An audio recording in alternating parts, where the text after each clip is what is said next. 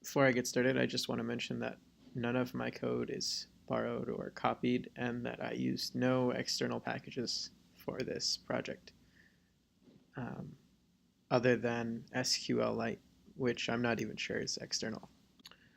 So for my project, I created a Python-based cryptocurrency and crypto wallet, which is also designed to scale up and, in the case of total ubiquity, serve as the backbone for a virtual economy. Of course, it's not at a security level that's suitable to that scale yet, but I think for a 112 term project, it works just fine.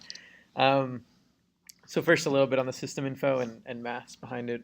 The way the system is designed to work is via a client node interaction.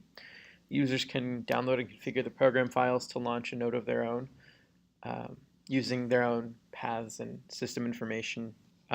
This is also the method by which new units are generated. So while a node is running, it runs a custom proof of work function on a separate thread, which hashes the last transaction in the local ledger to verify it against itself, basically multiple times. Um, and this of course happens more quickly on more powerful hardware, and thus the proof of work is more effective on more powerful machines. Um, So basically, this function checks for a number of leading zeros equal to the difficulty setting, which increases with each successful payout. So it starts at 0, and you're instantly paid out. It increments to 1, and then it checks for a 0 in the 0th spot on the first hash.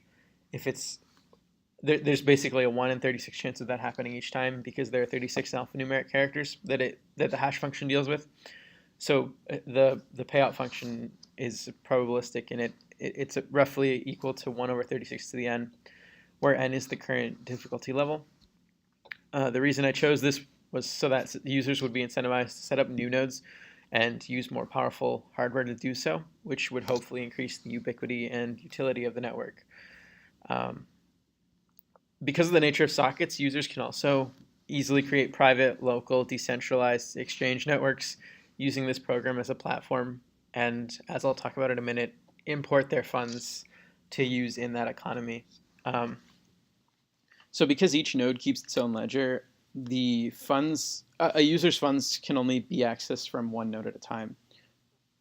I actually implemented a feature called token generation that allows users to transfer their funds from one node to another cryptographically. So essentially what happens in that process is a token is generated using the user's personal information, and then a key is assigned. And you input that token and that key into another node, and it checks using a custom hashing function whether or not that input is valid. And if it is, then it restores the user's account. I demonstrate this in the video at some point, but the audio is not synchronized with the video, unfortunately. But finally, I just want to mention some closing notes. First off, all passwords are stored as hashes of themselves, so users can't abuse privileges. This was just a simple one-liner, so I included it. But other than that, the SQL database entries are completely modifiable by anyone who has access. And in case it isn't clear, this is specifically for term project experimentation purposes. In a state of actual use, these databases or values in the databases could be and would be easily locked. And then finally, the hash functions used in each case are really easily interchangeable. I didn't play around with this too much because this is a 112 term project, but in a usable version, these would be more carefully chosen.